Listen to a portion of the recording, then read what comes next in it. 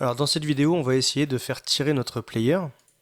Donc on sélectionne notre player, on déplie la hiérarchie et on fait un clic droit sur Graphics.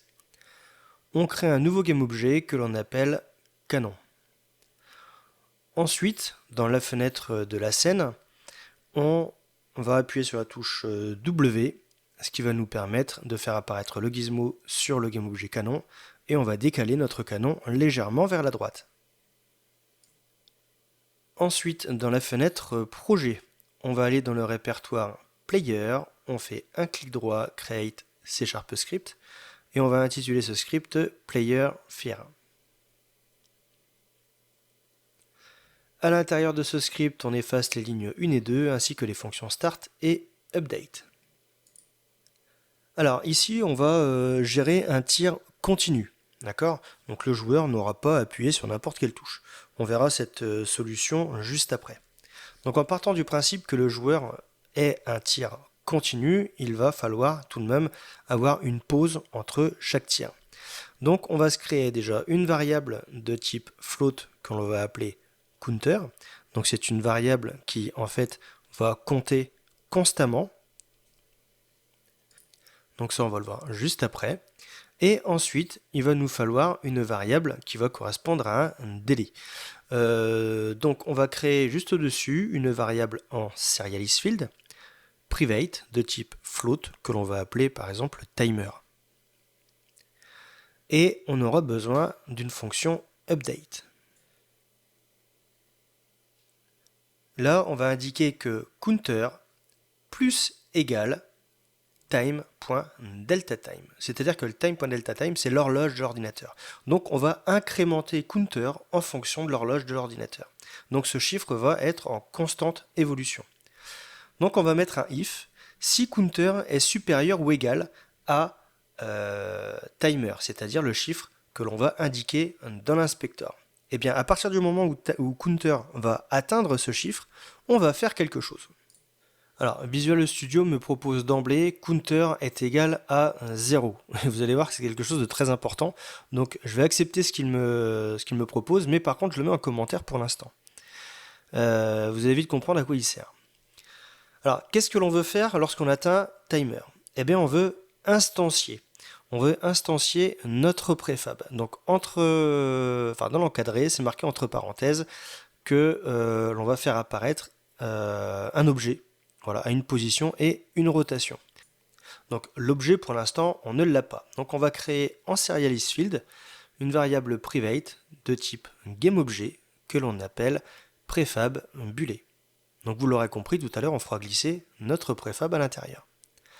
Et donc là, à côté de instantiate, on va ouvrir les parenthèses et on va indiquer l'objet à instancier, c'est-à-dire préfab bullet. Virgule, donc là on a besoin de mettre un transform, donc on va mettre transform.position, histoire que notre préfab bullet apparaisse à l'endroit où se trouve le canon. Virgule, et cette fois-ci on a besoin de la rotation, donc on va prendre le quaternion.identity, qui est la rotation actuelle du canon. Alors maintenant on peut indiquer des régions à notre code, que l'on n'oublie pas de refermer à chaque fois. End région. On peut sauvegarder et cette fois-ci on retourne sur Unity. On sélectionne notre canon et on clique sur Add Component et on va taper Player Fear. Voilà. Alors ici au niveau de GameObjet, on peut cliquer sur le petit cercle et au niveau de Asset, on vient sélectionner notre préfab bullet. Ensuite au niveau du timer, on va mettre par exemple à 0.2 et on peut faire Play pour tester. Et là, on a un souci, qui est tout à fait normal en fait. Regardez dans la fenêtre hiérarchie, on a des centaines de milliers de GameObjet bullet qui sont instanciés. Et ça, c'est tout simplement parce qu'on ne réinitialise pas counter. C'est-à-dire qu'à partir du moment où counter atteint timer, eh bien là, on fait que d'instancier tout le temps. En fonction de l'update, bien entendu. Donc si l'update tourne à 700 frames, donc 700 images par seconde, eh bien on aura 700 instances à la seconde, donc ce qui est énorme. Donc on a besoin d'utiliser une fois qu'on a instancié notre préfab, on réinitialise counter. On le passe bien à 0. Donc là, on enlève les deux slash pour décommenter notre ligne de code. Donc on peut mettre un petit commentaire ici. Donc on instancie, donc on fait apparaître le préfab que l'on a choisi à la position du canon et à sa rotation.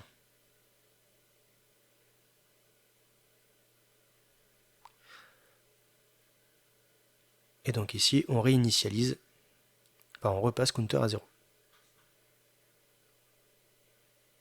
N'hésitez pas à vous mettre des commentaires dans vos lignes de code. Ça va surtout vous aider si vous faites une pause dans le développement de votre jeu, de votre projet, et que vous revenez plusieurs jours, plusieurs semaines, voire plusieurs mois après. Vous n'allez pas vraiment vous souvenir de vos lignes de code, pourquoi vous avez fait telle ou telle ligne.